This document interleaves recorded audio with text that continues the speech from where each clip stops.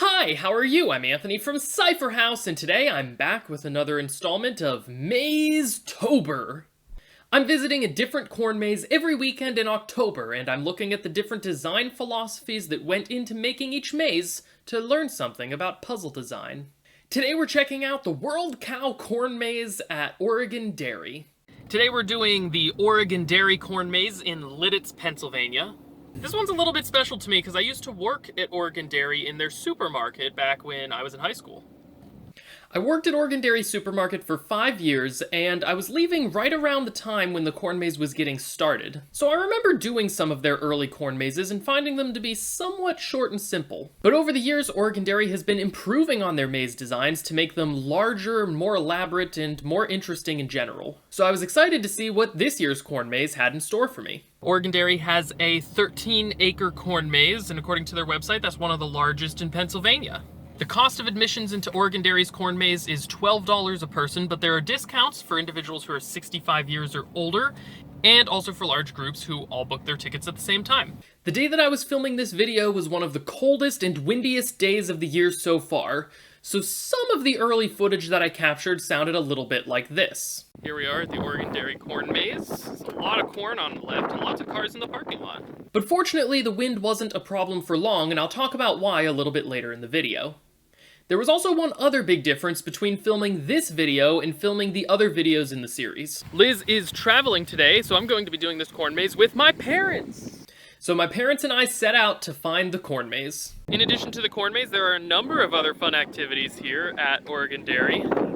And to the best of my knowledge, it's all included with the cost of admissions. We just got our cow stamp on our hands and we're ready to start the maze. At the entrance to this maze, we were given a choice. We could solve the maze on either easy mode or hard mode. We'll go right on. If you roll, stay on the path, no running, no putting forward. The easy map and the hard map are nearly identical. The only difference is that the easy map has the location of all the stations within the maze notated on the map, while the hard map simply shows the paths within the maze, but leaves it up to the solver to find where all of those stations are located. Of course, for our solve of the maze, we decided to go with the hard map. So the easiest technique that I have for this kind of maze, where they give you a map but not where the stations are, is to try to exhaustively check all of the paths in as little time as possible. So you can see we're sending people down adjacent paths and kind of coloring in the paths as we go through the maze. We continued through most of the maze in pretty much this fashion, making sure that at least one member of our party walked down every path within the maze. Just found our very first station. It's in the heart, and at the station they also have little maps showing you where you are within the maze. So that could actually make for a kind of decent bonus challenge if you wanted to try to get through the maze without any map at all. Trying to only look at these maps at the stations, kind of like we did back at Mazezilla. Okay, so here's how these stations work at this location. We have a little bumpy section of the number 1 right there on the podium. So I lay my number 1 over top, and we shade over top of that section.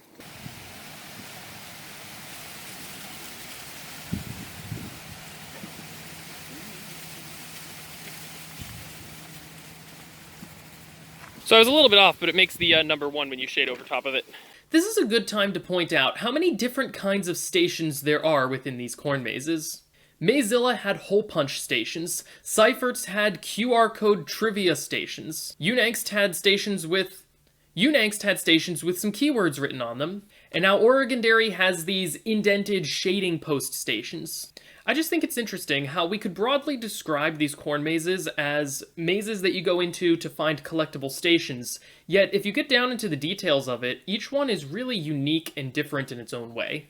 Now, you may have noticed that the wind hasn't been as big an issue for these last couple of clips. One thing that we actually all noted about corn mazes that's kind of interesting is that it's actually a pretty cold and windy day today, and you might have even heard some of the wind when we were outside of the maze. But while we're inside of the maze, the corn actually does a really good job of blocking the majority of the wind, so it's not that cold or loud in here at all.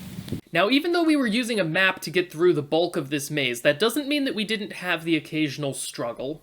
We just walked down this really long path of the sea, hoping that there would be something at that dead end at the top. But unfortunately, it's just a dead end. We gotta turn around and go back. We've been doing the best that we can to exhaustively check all of the paths in this maze. That's really more the challenge of this kind of maze, is to figure out the best way to get down all of the paths. We found 4 of the stations so far, and we just finished up with the words World Cow at the top of the maze. So we're going to be making our way down into the center of the maze very soon. This challenge that I mentioned is really a puzzle of optimization. Solvers need to ask themselves, what is the best way to optimally split up the party to most quickly check these looping sections of the maze, while keeping in mind that ideally you should get back together soon to compare notes and see if anybody found any stations.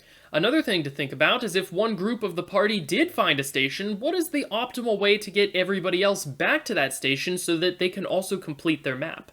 These are the kinds of questions that I'm constantly asking myself when I'm in a maze of this type.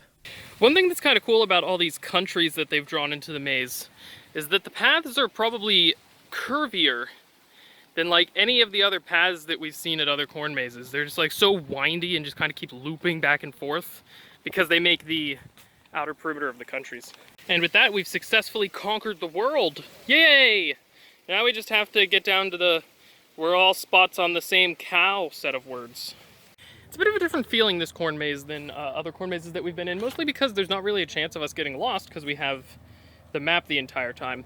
But that doesn't mean it's not fun. We're still having a pretty good time making sure that we go down every single path. So eventually we found ourselves with only 1 station left. The only one we're still missing is number 5, and we know number 4 was down there in the letter E, and number 6 was up here in the legs of the cow. So we're guessing number 5 is somewhere here in the W of "we're all." That's really the only part of the maze we haven't looked at yet. As usual, I wasn't having much luck, until... Alright, we're looking around the different letters here. I think this is the letter R. I think my parents said they were going to check this E here, but I can go check somewhere else, maybe? I wonder if they checked this path. No, nothing here. Oh! They found something. Well, I did say that that bird calling method was something that pretty much everybody in my family tends to do. And here's our last station, station number 5. Alright, so we got all the stations, now we just gotta work on getting out of the maze, and that's really not hard given that we have a map. We're gonna finish worming our way through the letters of "we're all," and then from there it's just a matter of walking through the cow's nose, and then we're out. What's around the corner? What's around the corner? We're out of the maze! Woo! It took us about an hour and a half to get out of the maze.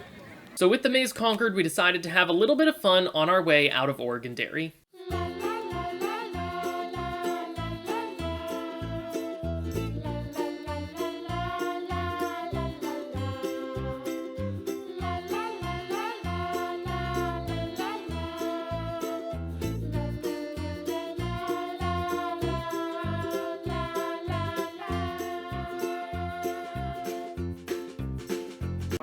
If we're all spots on the same cow, I want to be that spot, right there.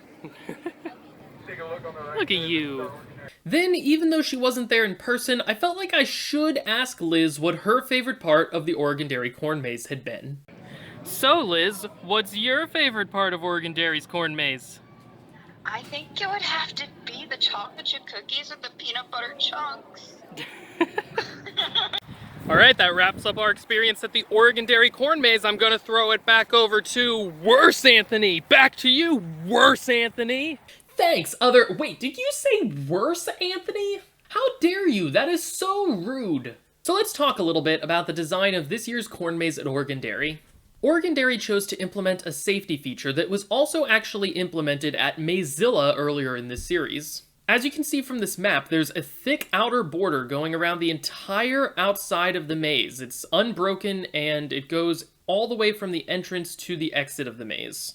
In general, this path is about twice as wide as most of the other paths that go through the maze, which is a way to signal to solvers that they're part of that outer path when they find it. This path is a great way to assure that solvers are never actually hopelessly lost within the maze. Pretty much no matter where you are in the maze, if you start walking off in just one direction, you're bound to eventually hit that outer path, and you can then follow that path around to the entrance of the maze and get out fairly easily. A path like this can make the maze more approachable for some solvers, and in general, the more approachable that a puzzle is, the more likely it is that a solver is going to be willing to at least try to solve the puzzle. Oregon Dairy is the first corn maze in this series to offer 2 separate challenges for maze solvers as they enter the maze. This is a really nice touch for solvers to be allowed to choose how challenging they want the maze to be. When a puzzle is made with some versatility in how challenging it is, that broadens the audience who might be interested in trying to solve the puzzle. The only downside that I have for a maze like this is that, for me personally, the challenge is in the wrong place. I go to a maze hoping to feel a little bit lost and confused at times, with the ultimate goal being to eventually learn my way through the maze, thus feeling like I've solved the maze. But with this kind of maze, solvers are essentially given a template for what the maze looks like at the very beginning. The end result feels a little bit more like geocaching, which is still very fun, but it doesn't tend to lead to that satisfying, solved feeling that I tend to look for in corn mazes. Overall, though, I had a great time at Oregon Dairy's corn maze, and I think that they were a great addition to this series. Stay tuned for the finale of Maze-tober next week, because we saved for last one of the best corn mazes in the entire country. Have a great day, everybody, and as always, happy escaping!